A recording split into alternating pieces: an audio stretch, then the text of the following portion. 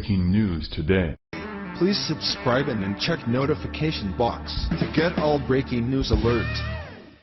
Breaking. Trump just captured him, he's finally in custody. This is massive. When President Donald Trump took office, he promised to tackle the biggest threat to the nation that his predecessor often catered to and even helped fund. Making America Great Again was more than just a catchy saying, it was an actionable phrase he coined that he's been making good on ever since saying it. We've seen it in his every action and assertive move, but tackling terrorism in a big way is his loftiest goal yet and another accomplishment he can check off his list. Trump isn't tiptoeing around terrorism like Barack Hussein Obama is, he's fighting it and winning by taking major players into custody and ending the Islamic State that grew under his predecessor. Last month, he made a major capture and now just 2 weeks later he's done it again, but this time it's even bigger. You're going to love who he has in custody now and is prepared to make him pay for his major crimes against Americans. One of the most notorious Muslim terrorists is now facing the most powerful leader in the world, President Trump, as ISIS as he knows it has almost completely dissipated in Iraq. The man known as Whitebeard is in custody and he's responsible for one of the most horrific events known since the rise of ISIS. The Sun reports. One of ISIS' most feared executioners has been captured by Iraqi security forces, according to reports. The jihadi kingpin, nicknamed Whitebeard, is said to have presided over dozens of killings in the terror group's former stronghold of Mosul. But now the bearded killer has been nabbed after locals revealed his hiding place in the city, according to Al Ubaid news agency.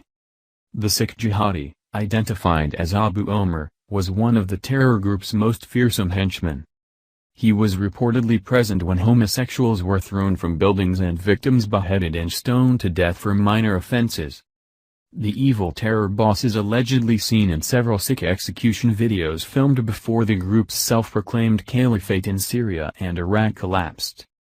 In one such clip from March 2015, 3 men accused of homosexuality and blasphemy are forced to their knees and publicly beheaded. The blindfolded men are seen kneeling in the center of what appears to be a roundabout in front of a crowd of people as a masked executioner stands by with a long, rusty blade. An elderly man that appears to be Omar addresses the crowd as the executioner positions his sword above the men's heads in the unnamed city in northern Iraq. Other snaps seem to show him inspecting a pile of rocks ahead of a brutal public stoning. This is how you win a war on terror and comes almost a week and a half after a major player in Benghazi was captured and brought to justice. This could only happen under Trump since Obama wasn't assertive enough to do it and instead only allowed terrorism to flourish. Those days are done now and ISIS is shrinking out of existence. On December 21, 2017, we reported that there are those out there with blood on their hands who have done Hillary Clinton's dirty work and now one of the most important people who had a key role in her biggest scandal is now in custody. CBS News reports.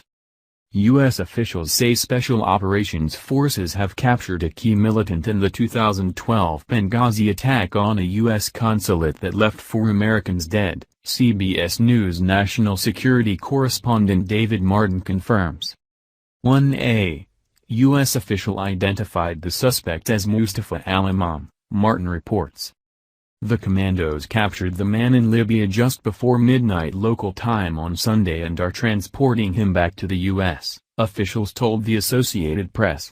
The suspect is in the custody of the Department of Justice and is expected to arrive within the next 2 days on a military plane, according to one of the officials. The officials said the mission was approved by President Donald Trump and done in coordination with Libya's internationally recognized government. The officials, who weren't authorized to speak publicly to the matter and demanded anonymity, would not say where exactly he was captured.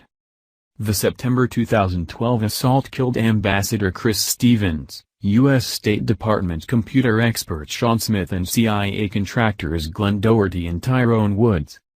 Had it not been for Trump in office, the victims of Benghazi would have had no chance justice since Hillary would have swept the attack under the rug to protect herself and cover her actions that led to this punishing attack.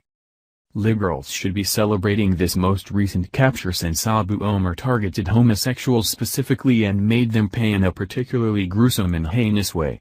Instead, they'll continue to criticize Trump for everything he does while ignoring the massive things he does for them and all of America to make this country great again as he promised he would do.